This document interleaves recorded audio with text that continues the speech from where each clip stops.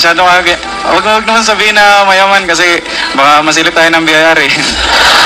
Manny, palabiro ka talaga, Manny. Kumusta naman, gaano kalaki ang iyong mga napanalunan na? Hindi ko pwedeng sabihin nyo kasi secret. Manny, nakakatuwa ka talaga. Manny, pare, itong mga napanalunan mo, saan mo to dinala? Madami naman akong mga pinagdala ng mga napanalunan ko.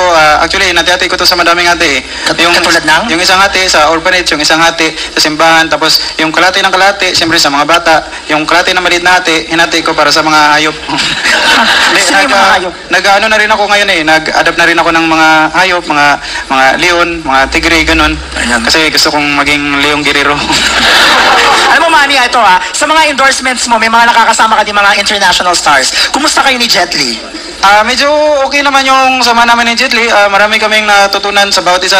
Actually, marami siya natutunan sa akin ng mga Tagalog na salita. Tapos, medyo mahirap kasi yung Chinese na salita eh. Paano mo nasabi? Nailo kasi ako kagaya nung, basta may sinabi siya sa akin, ni hao, ganun. Ni hao? May sinagot ko sa kanya kung ano, pork chop ba, o talong, anong gusto niya.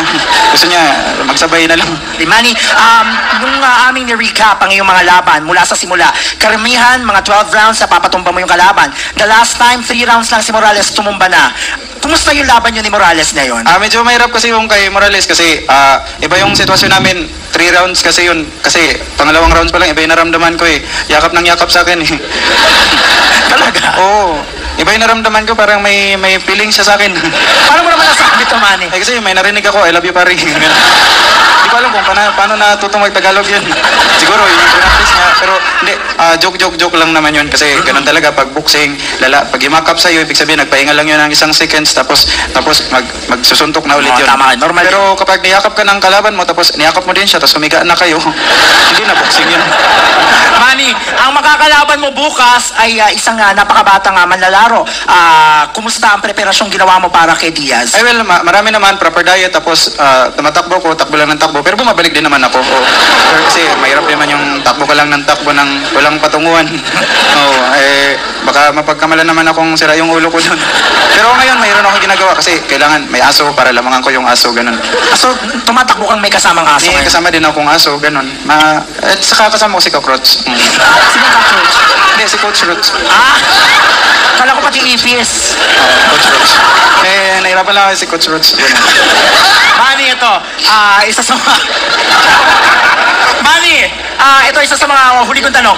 Si Diaz, kapag kinakapanayam siya, Manny, rami-rami niyang sinasabi. Parang ang sama-sama ng loob niya dahil kadalasan, ang mga Meksikanong nakakalaban mo, pinapatumba mo, Manny. Parang gusto niya, talagang mapatumba ka ngayon. Anong mensahe mo kay Diaz? Well, Diaz, it's up to you and it's up to me also. Ano naman yun eh. Sinabi ko naman sa lahat ng mga nakalaban ko ng mga Meksikano na huwag na talaga kayo eh. Kasi kaya ko naman sila inuubos kasi gusto ko talagang makabangga si Suro. Teka lang, may tatanong lang ako sa'yo. Bakit? Ikaw ba talaga si Julius Bangaw? Bakit? Bakit mo natanong? Mas kamukha mo si Miss Valdez eh. Ikaw talaga pala biro ka. Ito, Hindi, totoo po yun.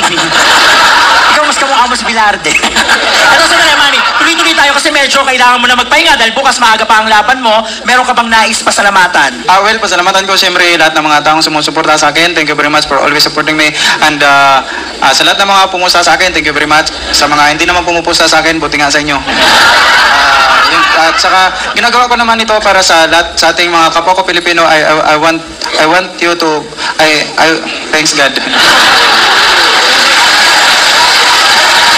Alam mo, Manny, kitang-kita sa mga nandito ngayon sa Las Vegas, Nevada na tuwang-tuwa sila. Pero gusto ko lang ipaalala sa iyo, Manny, na hindi lahat natutuwa sa tinatamasa mo ngayon. Meron mga ilang kang detractors. Gusto kong pabagsakin. Sinisiraan ka. May iba pa nagpapakalat ng mga videos, pictures sa YouTube at through email. Ano masasabi mo yung nagpapakalat ng mga pangit na balita through email? Actually, matagal ko tang kinigim-kim sa loob ko eh. Wala namang lahat katotohanan yun, lahat ng mga lumalabas na mga balita na yun at mayroon lang akong gusto iparating sa kay email kung ano man ang mga ginagawa mong mga kalokohan na yan, lahat ng paninira mo sa akin, what's out, I will look for you. Manny, sandali. Kasi yung email, hindi tao yun. Electronic mail. Email sa internet. Oo. Electronic mail. Electronic kung nasaan ka man, Sundan kita. Mga kaibigan, palakpakan po natin. Poo for Manny Pacquiao! Ladies and gentlemen, Kim Idol! Hindi naman talaga kamukha si Manny Pacquiao eh. Mas kamukha ko po si Jerry Peñalosa. Pero pag naka-long sleeve na akong ganito, mas kamukha ko nga raw talaga si Mike Bilarde. Amen? Prisyo, prisyo. Sumali ka na, hallelujah. Samata ko sa mga hangin mo. Nakakalakad na ako. Hindi naman ako makakita. Sabagay, mataas ang respeto ko din kay brother na yan. At least clear siya mag-preach. At saka talagang tagos sa laman kapag nag-preach yun. Talagang mararamdaman mo. Lahat talagang tagasunod, nakikinig talaga sa kanya. Eh, may kumpara ko lang siya dun sa isang... Basta may isang pastor, hindi ko ma-recall kung ano yung pangalan. Basta hindi ko maintindihan talaga yung sinasabi niya. Harisot, kapag sila manaparehan sa mga demonyo!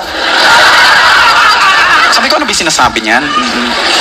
Harisot, kapag sa mga diablo! One time, nakaisip ako. Nirecord ko. Tapos i-plinay ko yung mabagal. Naintindihan ko ano yung sinasabi. Yung una sinabi niya, wag daw tayo mananampalataya so kung saan-saan dahil papasukan at lulukuban tayo ng diablo. Yung pala ang sinabi niya. Lahat sa pagkasalam sa kanina pa ng diablo! Kasi ito pa nila sa mga demonyo! Huwag daw mananalig sa mga demonyo. Yun lang palang ibig niyang sabihin. Tapos biglang iiyak. Sa mga followers, anong ginagawa? Hayaan mo, umiyak na rin tayo.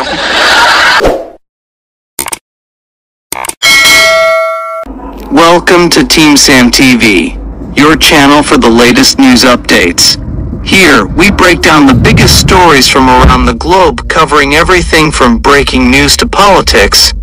Whether you want to stay informed or just catch up on what's happening, we've got you covered.